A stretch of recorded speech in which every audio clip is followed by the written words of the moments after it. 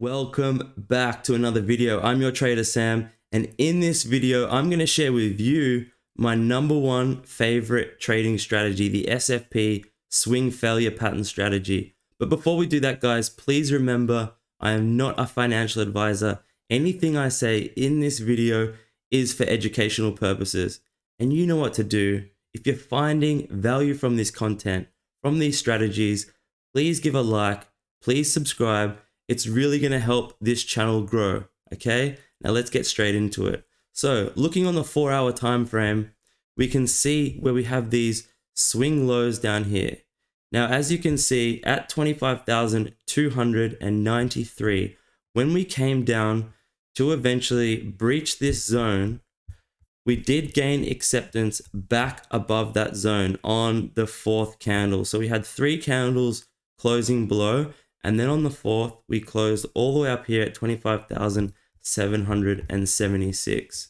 Now, as you can see, we did have a nice rise after that. Entering on a 4-hourly close is pretty good confirmation that price is going to go higher. However, if you are looking to use leverage, you're obviously going to want to get in on a lower time frame so that you can try and get in a little bit lower. But obviously there's a downside to that, because the lower the time frame that you use, the less confirmation that you're getting. And that means that there is a higher chance that price could reverse and go in the opposite direction. But just to give you an example of how you could have entered on a 15-minute candle to try and get in at lower prices, you can see over here there are 2 opportunities. The first one being where you have this low put in at 24,906. Price has come back down and tested that zone again, and it has failed to break below. So at the closure of this 15-minute candle, you could have gotten in here for an aggressive entry. Also, you could have waited for this 15-minute candle close above 25,293 and entered here at 25,373 right here.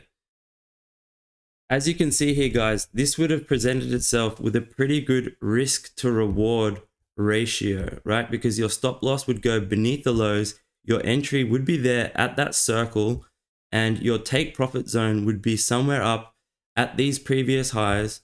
You could also be looking for the 618 from this high over here at 28,122 to this low at 24,856, and you could have taken profits here at the 618 where you can see price got rejected from. So looking at that risk to reward right there, that's presenting itself with a 2.75 risk to reward.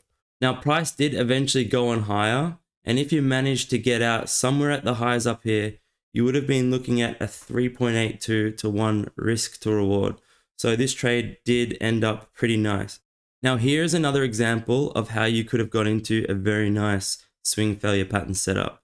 So we have this low here at 25,584, and you can see this bullish candle put in right here with this long wick, failing to gain acceptance beneath that level and then closing back above. So this would have been a really nice setup with a pretty good risk to reward. Let's have a look. So if we got in right at the bottom where the candle closed on the 1 hourly, and then we had our stop loss right here, if we managed to take profits at this local high that we do see over here, where price did get rejected from, we would have been looking at a 2.2 to 1 risk to reward setup. Now, obviously, if you kept some of this position open and you were looking for higher prices, eventually you can see the price did come up and have a pretty big pump. So it does make sense to always keep a partial amount of your position open so you can expose yourself to those larger moves. But you want to be taking profits as you go. Going back to the 2nd of August, on the 2-hour time frame, we can see that this lower high was put in at 30,000 approximately. Now, price came back up, retested that zone, and this right here was our first sign of weakness. So we really had 2 opportunities to get into this trade. We could have got in at the first sign of weakness closing beneath, or we could have waited for that retest where we could have also added to our position or got in for the first time.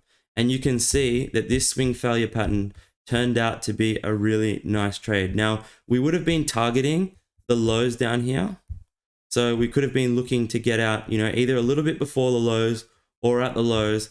However, you can see here, if we did keep a percentage of our position open, we would have exposed ourselves to this massive drop down here. Here's another really good example going back to the 23rd of March. So this low put in right over here at 26,650. We can see that we swing failed, closed up here, and then we did come down and test that zone once again. Now we would have been aiming for the previous highs and taking profits along the way as we go. And we can see here that the profit target was reached and then price eventually went on to go to high levels. So this brings us to the end of what an SFP strategy is. For a much more in-depth look at this strategy, as well as many other strategies, check out the link below to our Legends Discord community. Thanks a lot for tuning in, and I'll see you on the next one.